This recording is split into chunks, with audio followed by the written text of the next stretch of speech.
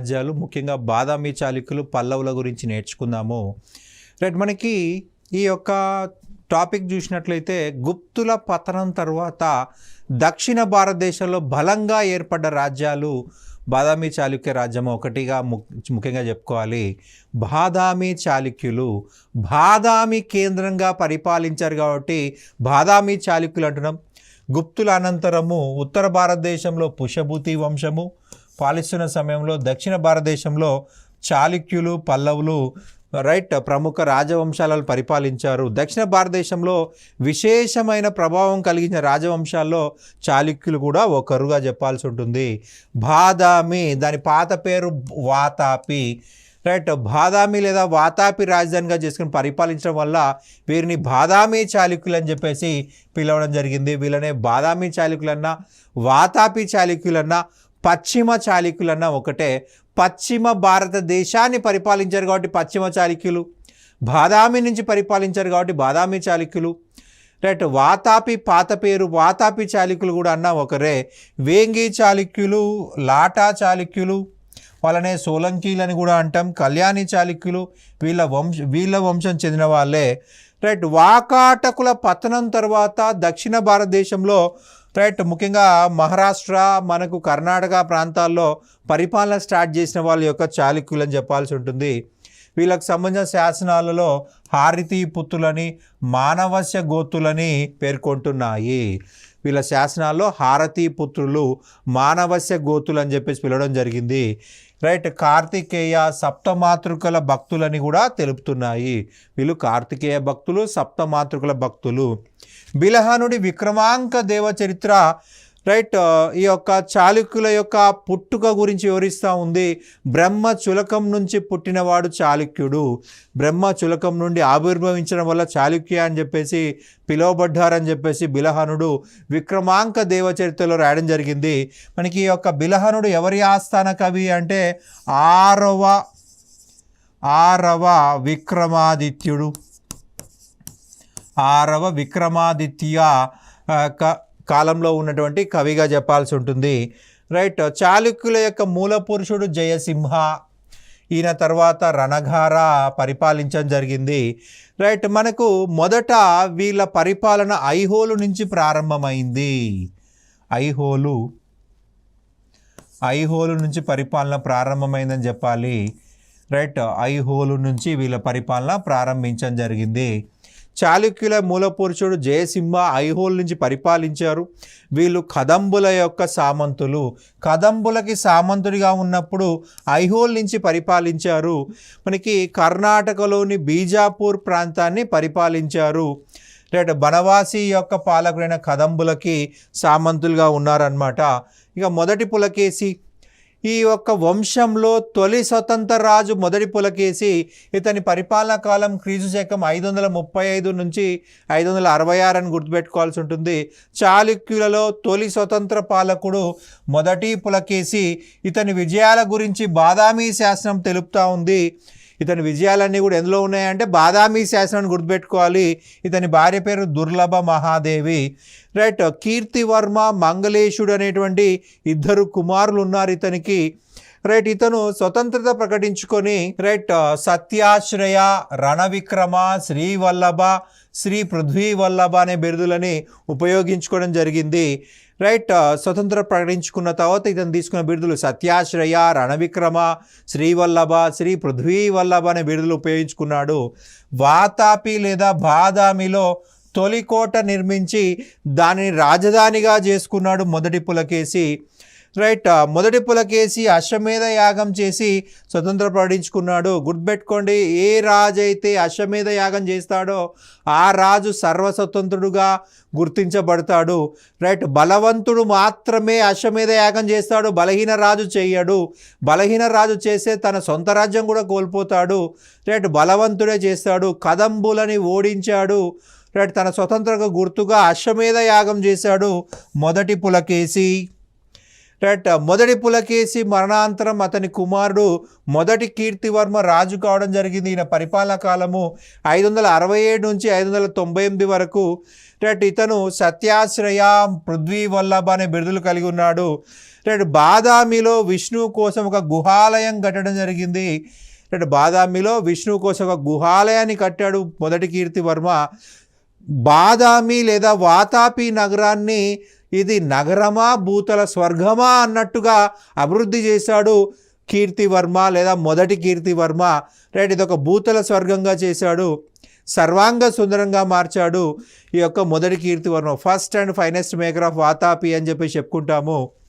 Right Kirtivarma అనంతరము అతని కుమారుడు రెండవ పులకేశి చిన్నవాడు కావడంతో కీర్తివర్మ తమ్ముడైన మంగళేశుడు రాజ్యానికి అధికారము చేపట్టడం జరిగింది, రాజ్యాధికారం చేపట్టాడు. మంగళేశుడు రణవిక్రమ, ఉరూర విక్రమ, పృథ్వీవల్లభ, పరమ భాగవత వంటి బిడుదల్ని ధరించాడు.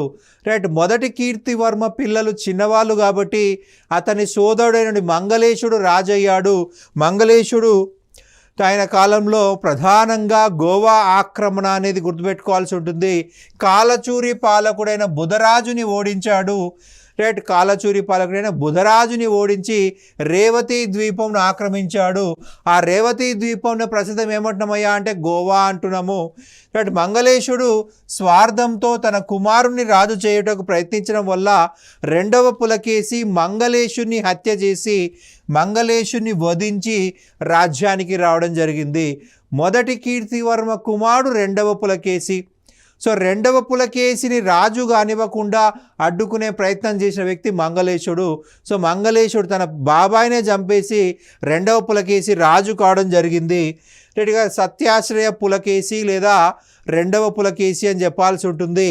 రైట్ క్రీస్తు శకం 609లో రాజయ్యాడు, 642లో ఆయన మరణించడం జరిగింది. అది ఆయన యొక్క పరిపాలన కాలము.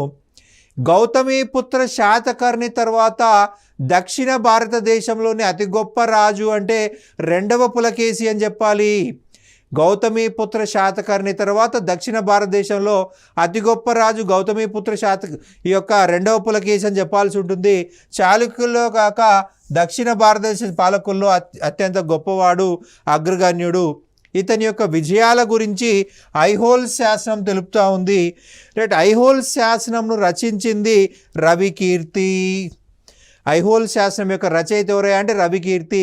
ఈ రవికీర్తి అనే వ్యక్తి అతని యొక్క ఆస్థాన కవి జైన పండితుడు. రైట్ మోగుత్తి కొండపైన ఒక జీనాలయం కట్టడం జరిగింది. జీనాలయము అంటే వర్ధమాన మహావీర ఆలయము. జీనా అంటే వర్ధమాన మహావీర, జీనాలయము వర్ధమాన మహావీర ఆలయము. రైట్ మోగుత్తి అనే కొండపైన జీనాలయాన్ని కట్టాడు. సో దాన్ని మోగుత్తి జీనాలయం అని చెప్పేసి అంటాము. రైట్ వర్ధమాన మహావీర దేవాలయము. ఈ వర్ధమాన మహావీర దేవాలయం గోడలపైన ఐహోల్ శాసనంను రాయడం జరిగింది. రెండవ పులకేశి సంబంధించి ఇతర శాసనాలు చూసినట్లయితే హైదరాబాద్, తుమ్మయ్యనూరు, మారుటూరు. ఇక్కడ హైదరాబాద్ అంటే తెలంగాణ హైదరాబాద్ కాదండి, సింధ్ హైదరాబాద్. రైట్ హైదరాబాద్, తుమ్మయ్యనూరు, మారుటూరు ఈ మూడు కూడా మనకి ఇతర శాసనాలుగా చెప్పాల్సి ఉంటుంది. రైట్ రెండవ పులకేశి మహారాష్ట్ర, మాల్వా, కళింగ, ఆంధ్ర ప్రాంతాలను జయించడం జరిగింది. రైట్ మహారాష్ట్ర ప్రాంతాన్ని, మాల్వా ప్రాంతం, మధ్యప్రదేశ్, కళింగ, ఒరిస్సా, ఆంధ్ర. రైట్ మనకి కదంబులు, గుర్జర్లని ఓడించడం జరిగింది. గుర్జర్లు కూడా ఓడించాడు. గంగ పాలకుడైనటువంటి దుర్వినీతుని యొక్క కుమార్తెను వివాహం చేసుకున్నాడు. రైట్ విష్ణుకుండిన పాలకుడైనటువంటి మాధవవర్మను కొల్లేరు లేదా కునాల యుద్ధంలో ఓడించి ఆంధ్ర ప్రాంతాన్ని లేదా వేంగి ప్రాంతాన్ని ఆక్రమించడం జరిగింది. ఇక్కడ తన ప్రతినిధిగా తన సొంత సోదరుడైనటువంటి కుబ్జ విష్ణువర్ధనని నియమించడం జరిగింది. కుబ్జ విష్ణువర్ధనని తన సోదరుడు రైట్ వేంగి ప్రాంతంలో లేదా ఆంధ్ర ప్రాంతంలో ప్రతినిధిగా నియమించడం జరిగింది. మొదట వేరే వాళ్ళని పెట్టాడండి, కానీ వాళ్ళు తిరుగుబాటు చేశారు. సో భవిష్యత్తులో తిరుగుబాటు రావద్దంటే తన సొంత కుటుంబ సభ్యులైతే బాగుంటుందని భావించి తన సోదరుడైనటువంటి కుబ్జ విష్ణువర్ధనుడిని ఇక్కడ ప్రతినిధిగా పెట్టాడు. ఎందుకంటే అతను చాలా నమ్మకస్తుడు. అలాగే కుబ్జ విష్ణువర్ధనుడు మంగళేశుని చంపడంలో కూడా సహాయం చేశాడు. రైట్, అలాగే మాధవర్మను ఓడించడంలో సహాయం చేశాడు. అంతకంటే నమ్మకస్తుడు ఎవరు దొరుకుతారని చెప్పేసి తన సొంత సోదరుడు నుండి కుబ్జ విష్ణువర్ధనుడిని ప్రతినిధిగా నియమించడం జరిగింది. రైట్, కుబ్జ విష్ణువర్ధనుడే ఇక్కడ తూర్పు చాళుక్య రాజ్యం లేదా వేంగి చాళుక్య రాజ్యాన్ని ప్రారంభించాడండి. కాకపోతే అది సామంత రాజ్యము. కుబ్జ విష్ణువర్ధనుడు 624లో కుబ్జ విష్ణువర్ధనుడు తూర్పు చాళుక్య రాజ్యం లేదా వేంగి చాళుక్య రాజ్యాన్ని ప్రారంభించాడు. రైట్, 642లో కుబ్జ విష్ణువర్ధనుడి కుమారుడైనటువంటి మొదటి జయసింహ స్వతంత్ర ప్రకటించుకున్నాడు. రైట్, కుబ్జ విష్ణువర్ధనుడు తూర్పు చాళుక్య వంశ స్థాపకుడు. ఎప్పుడు స్టార్ట్ చేశాడు? 624లో స్టార్ట్ చేశాడు. కానీ సామంత రాజ్యమే. రైట్, స్వతంత్ర రాజ్యాన్ని ఎవరు ఏర్పాటు చేశారయ్యా అంటే మొదటి జయసింహ.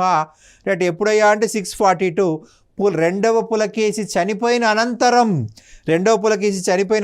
స్వతంత్రం ప్రకటించేసుకున్నాడు మొదటి జయసింహ. వీళ్ళనే వేంగి లేదా తూర్పు చాళుక్యులుగా పేరొందారు. పల్లవ రాజు అయినటువంటి మొదటి మహేంద్రవర్మపై దండయాత్ర చేసి అతన్ని ఓడించి చంపివేశాడు. మొదటి మహేంద్రవర్మతో 2 సార్లు యుద్ధం జరిగిందండి. మొదటిసారి ఓడించి ఉత్తర తమిళనాడు ప్రాంతాన్ని ఆక్రమించాడు. రెండవసారి పుల్లలూరు యుద్ధము.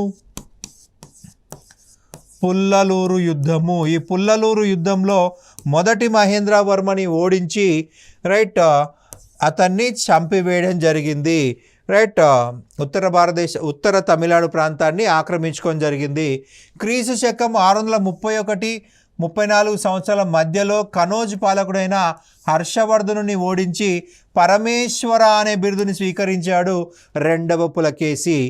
రైట్, ఈ యొక్క రెండవ పులకేసి రాజ్యం చూసినట్లయితే ఉత్తరాన నర్మదా నది వరకు, దక్షిణాన నీలగిరి పర్వతం వరకు, తూర్పున బంగాళాఖాతము, పశ్చిమాన అరేబియా మహాసముద్రం మధ్య విస్తరించింది. ఉత్తరాన నర్మదా నది, దక్షిణాన నీలగిరి పర్వతాలు అంటే తమిళనాడు ప్రాంతము, ఉత్తర తమిళనాడు ప్రాంతము, తూర్పున బంగాళాఖాతము, పశ్చిమాన అరేబియా సముద్రం వరకు ఈ రాజ్యం అనేది విస్తరించబడి ఉంది.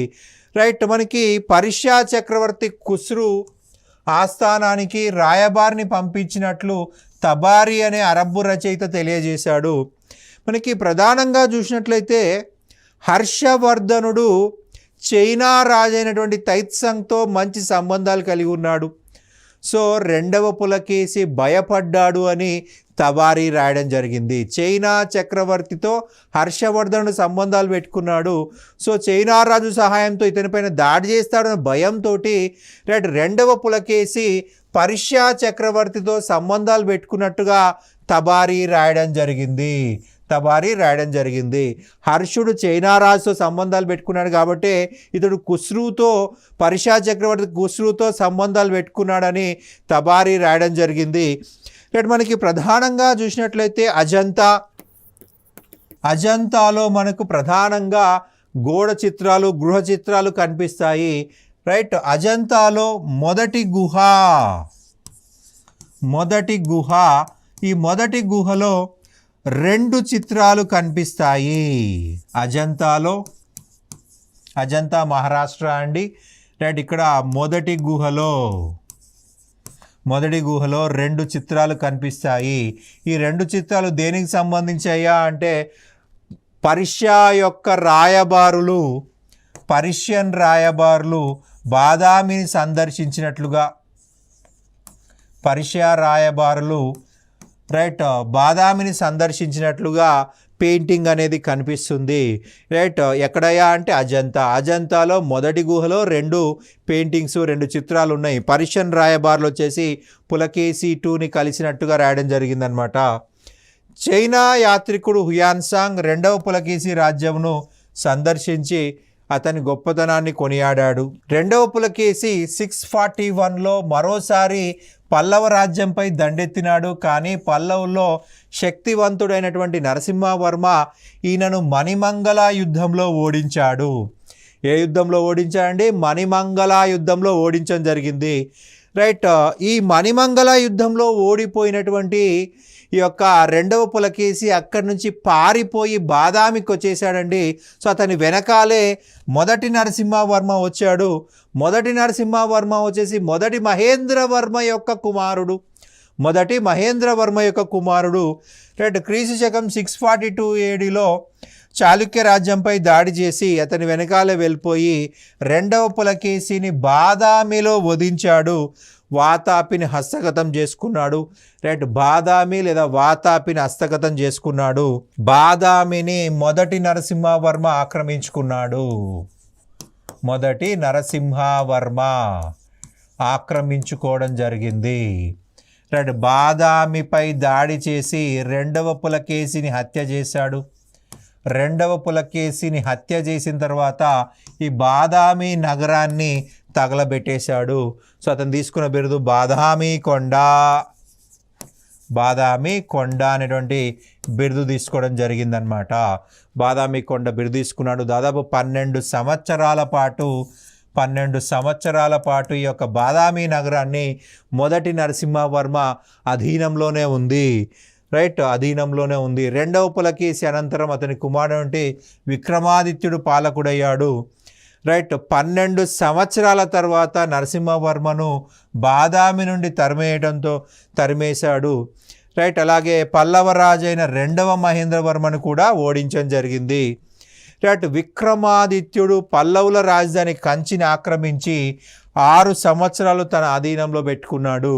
మొదటి నరసింహవర్మ బాదామిని తన కంట్రోల్లో 12 సంవత్సరాలు ఉంచుకున్నాడు. కాబట్టి ఇతను ప్రతీకారంగా పల్లవ రాజ్యంపై దాడి చేసి కంచిని ఆక్రమించుకున్నాడు. అయితే ఇతను 6 సంవత్సరాలు తన అధీనంలో పెట్టుకోగలిగాడు. రైట్. ఈయన 12 సంవత్సరాలు ఉండలేకపోయాడు. జస్ట్ 6 సంవత్సరాల్లో తన అధీనంలో పెట్టుకున్నాడు. రైట్. విక్రమాదిత్యుడు గుజరాత్ ప్రాంతంపై దాడి చేసి గుజరాత్ను ఆక్రమించుకున్నాడండి. రైట్. గుజరాత్లో తన సోదరుడైనటువంటి జయసింహకి రైట్ గుజరాత్ని ఇచ్చివేయడం జరిగింది. గుజరాత్ని ఆ కాలంలో లాట రాజ్యం అనేవాళ్ళు. ఈ లాట రాజ్యము రైట్. గుజరాత్లో జయసింహుడు గుజరాత్ చాళుక్య వంశాన్ని ప్రారంభించాడు. గుజరాత్ చాళుక్య వంశమే సోలంకీలుగా పిలువబడ్డారు. చోళులు, పాండ్యులు, కేరళ పాలకులని ఓడించాడు విక్రమాదిత్యుడు. మొదటి విక్రమాదిత్యుడు మొదటి విక్రమాదిత్యుడు ఒకటే. కానీ పల్లవ రాజైన పరమేశ్వర శర్మ చేతిలో ఓటమి చెందాడు. పరమేశ్వరవర్మ చేతిలో ఓడిపోవడం జరిగింది. విక్రమాదిత్యుడి అనంతరం వినయాదిత్యుడు రాజయ్యాడండి. ఈ వినయాదిత్యుడు ఆలంపురంలో నవబ్రహ్మేశ్వర ఆలయాన్ని రైట్ నిర్మించడం జరిగింది. నవబ్రహ్మేశ్వర ఆలయము 9 శివ దేవాలయాలు నిర్మించడం జరిగింది. మనకు ప్రస్తుతం ఆలంపూర్ జోగులాంబ గద్వాల జిల్లాలో ఉంది. రైట్. మనకి వినయాదిత్యుడు అనే రాజు నవబ్రహ్మ ఆలయం నిర్మించాడు. రైట్. బ్రహ్మ స్థాపించిన ఆలయాలు కాబట్టి బ్రహ్మ ఆలయాలు అంటాము. 9 బ్రహ్మ ఆలయాలు అన్నమాట. కానీ అక్కడ ఉన్నది బ్రహ్మ దేవాలయాలు కాదు, శివ దేవాలయాలు. బ్రహ్మ చేత ప్రతిష్ఠించబడ్డాయి కాబట్టి బ్రహ్మ అనే పేరు వస్తుంది అంటారు. తారక బ్రహ్మ 9 బ్రహ్మ దేవాలు: స్వర్గ బ్రహ్మ, బాలబ్రహ్మ, పద్మబ్రహ్మ, గరుడ బ్రహ్మ, కుమార బ్రహ్మ, ఆర్క బ్రహ్మ, వీర బ్రహ్మ, విశ్వబ్రహ్మ. రైట్. 9 శివ దేవాలయాలు ఇవి. 9 శివ దేవాలయాలు. తారక బ్రహ్మ, స్వర్గ బ్రహ్మ, బాలబ్రహ్మ, పద్మబ్రహ్మ, గరుడ బ్రహ్మ, కుమార బ్రహ్మ, ఆర్క బ్రహ్మ, వీరబ్రహ్మ, విశ్వబ్రహ్మ. 9 శివ దేవాలయాలు. నవ అంటే 9 నవబ్రహ్మేశ్వర ఆలయాలని వినయాదిత్యుడు ఆలంపురంలో రైట్ తుంగభద్ర నదీ ఒడ్డున నిర్మించడం జరిగింది. మనకు ఇందులో కనిపించే శైలి వేషారా శైలిగా చెప్పాల్సి ఉంటుంది. ఇందులో మనకి ఇసుక రాతిని ఉపయోగించడం జరిగింది. ఆ రాయిని పట్టుకొని ఇలా అంటే ఇసుక రూపంలోకి వచ్చేస్తుంది, ఇసుకలా అయిపోతుంది అనమాట. రైట్. వినయాదిత్యుని అనంతరం విజయాదిత్యుడు పాలించడం జరిగింది. ఈ విజయాదిత్యుడి యొక్క బిరుదు సమస్త భువనాశ్రయ అనేటువంటి విజయాదిత్యుని యొక్క బిరుదు. విజయాదిత్యుడు పటడకల్ సమీపంలో సంగమేశ్వర ఆలయం నిర్మించడం జరిగింది. సంగమేశ్వర ఆలయము, సంగమము. రైట్. పటడకల్ దగ్గరలోని కూడలి సంగం పటడకల్ పక్కనే ఉన్న ప్రాంతము కూడలి సంగమము. రైట్, ఈ కూడలి సంఘంలో సంగమేశ్వరాలయం నిర్మించాడు. దీనికే మరి ఒక పేరు విజయేశ్వరాలయము. విజయేశ్వరాలయము. విజయాదిత్యుడు పటడకల్లో సంగమేశ్వరాలయం నిర్మించాడు. దీనికే మరి ఒక పేరు విజయేశ్వరాలయము. విజయాదిత్య పేరు మీద విజయేశ్వరాలయం అనే పేరు వచ్చింది. రైట్, విజయేశ్వరాలయంగా పిలువబడింది. ఈ దేవాలయం చాళుక్యుల నిర్మాణాలు తెలియజేసే ఒక ముఖ్య దేవాలయంగా గుర్తుపెట్టుకోవాల్సి ఉంటుంది. విజయాదిత్యుని అనంతరం అతని కుమారుడి నుండి రెండవ విక్రమాదిత్యుడు రాజు కావడం జరిగింది. రెండవ విక్రమాదిత్యుడు పశ్చిమ చాళుక్యులలో, బాదామి చాళుక్యులలో చిట్ట చివరి గొప్ప రాజుగా చెప్పాల్సి ఉంటుంది. ఇతని కాలంలో భారతదేశం పైన రైట్ అరబ్బులు దండయాత్ర చేయడం జరిగింది. ముఖ్యంగా గుజరాత్ ప్రాంతం పైన దాడి చేశారు. రైట్, ఆ కాలంలో గుజరాత్ని ఏమని పిలిచామండి? లాటా యొక్క రాజు పులకేసి. సో మనకి ఇక్కడ రెండవ పులకేసి తర్వాత కదా మూడవ పులకేసి అనొచ్చా అంటే అనకూడదు. ఎందుకు అనకూడదయ్యా అంటే ఈ యొక్క పులకేసి అనేవాడు రైట్ మనకి పులకేసి తర్వాత మెయిన్ లైన్ కాదు. రైట్, మనకి మొదటి విక్రమాదిత్యుడి సోదరుడి కుమారుడు. సో సోదరుడి వారసుడు. ఇక్కడ మనకి లైన్ సపరేట్ అయిపోయింది. సో సేమ్ పేరు వాడకూడదన్నమాట. రైట్, లాటా రాజైన పులకేసి అరబ్బులను ఓడించడంలో రెండవ విక్రమాదిత్యుడికి సహాయం చేశాడు. అందుకు ప్రతిగా ఆయనకు అవని జనాశ్రయ అనే బిరుదునివ్వడం జరిగింది. రైట్, రెండవ విక్రమాదిత్యుడు పులకేసికి ఇచ్చినటువంటి బిరుదు ఏందయ్యా అంటే అవని జనాశ్రయ. అవని భూమి. రైట్, భూమిలో ఉన్న ప్రజలందరూ కూడా ఇతన్ని ఆశ్రయిస్తారు న్యాయం కోసమని. అవని జనాశ్రయ అనే బిరుదు ఇవ్వడం జరిగిందనమాట. రైట్, ఇక నెక్స్ట్ చూసినట్లయితే ఈయన ఈ యొక్క రెండవ విక్రమాదిత్యుడు కంచిపై దాడి చేసి పల్లవ రాజైన నందివర్మను ఓడించాడు. కంచిలో అపార సంపదను కైలాసనాథ దేవాలయానికి దానంగా ఇచ్చాడు. అక్కడ ఉన్న బ్రాహ్మణులకు దానంగా ఇవ్వడం జరిగింది. రైట్, ఈయన పట్టపు మహారాణి వచ్చేసి మహాదేవి. రైట్, లోక మహాదేవి లేదా మహాదేవి. ఈమె కంచి శిల్పుల యొక్క నైపుణ్యం చూసింది. కంచిలో కైలాసనాథ దేవాలయం చూసింది. రైట్, సేమ్ దేవాలయం తనకి పటడకల్లో కావాలన్నది. సో ఆమె కోరిక మేరకు విక్రమాదిత్యుడు కైలాసనాథ దేవాలయం కట్టిన వాళ్ళందరినీ కూడా పటడకల్ తీసుకొచ్చాడు. సో పటడకల్లో మహాదేవి లోకేశ్వరాలయంను నిర్మించింది. కంచిలో కైలాసనాథ దేవాలయం కట్టిన వాళ్ళేనే తీసుకొచ్చేశారు. వాళ్ళతో కట్టబడ్డ దేవాలయం లోకేశ్వరాలయం. లోక మహాదేవి కట్టబడ్డ ఆలయం కాబట్టి లోకేశ్వరాలయము. దీనికే మరి ఒక పేరు విరూపాక్ష ఆలయము. మనకి కర్ణాటక ప్రాంతంలో శివుణ్ణి విరూపాక్ష అనే పేరుతో పిలవడం జరుగుతుంది. శివుణ్ణి విరూపాక్ష అంటారు, విరూపాక్షాలయం అంటారు. రైట్, ఈ దేవాలయము కంచిలోని కైలాసనాథ దేవాలయం యొక్క నమూనా ప్రకారం నిర్మించారు. ఆ యొక్క దేవాలయం నిర్మించిన వాళ్ళని తీసుకొచ్చి ఇక్కడ నిర్మించారనమాట. రైట్, బాదామి చాళుక్యుల్లో రెండవ కీర్తివర్మ చివరి రాజుగా చెప్పాల్సి ఉంటుంది. ఈయన 746 నుంచి 757 మధ్యకాలంలో పాలించడం జరిగింది. ఈయన కాలంలో సామంతరాజు నుండి దంతిదుర్గుడు స్వతంత్రత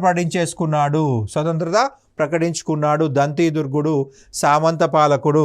రైట్, మనకి దంతిదుర్గునికి పుత్ర సంతానం లేని కారణంగా అతని యొక్క పినతండ్రి మొదటి కృష్ణుడు రాజయ్యాడు. రైట్, మొదటి కృష్ణుడు రాజైపోయి రైట్ అతను రెండవ కీర్తివర్మపై దాడి చేసి అతన్ని చంపేయడం జరిగింది. రైట్, చాళుక్యుల పాలన ఇతనితో అంతమైపోయింది. మొదటి కృష్ణుడు రాష్ట్రకూట పాలన స్టార్ట్ చేశాడు.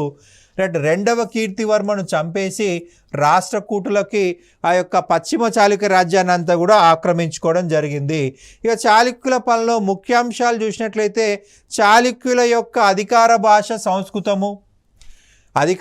సంస్కృతము. వైదిక మతాన్ని ఆదరించారు ఈ చాళుక్యులు. వైదిక మతాన్ని ఆదరించడం జరిగింది. వేదాల ఆధారంగా ఉన్న మతమే వైదిక మతంగా గుర్తుపెట్టుకోవాలి. వేదాల అనుబంధంగా అభివృద్ధి చెందిన మతమే వైదిక మతము. రైట్, ప్రభువులు పరమేశ్వర బిరుదును ధరించేవాళ్ళు, సత్యాశ్రయ బిరుదును ధరించేవాళ్ళు. రైట్, భూమి శిస్తు అనేది ముఖ్యమైన ఆదాయము. రైట్. పండిన పంటలో ఉంచి వాళ్ళు పంటలు వసూలు చేసేవాళ్ళు. పన్నుల భారం ఎక్కువగా ఉంది, పన్నుల భారం ఎక్కువగా ఉంది.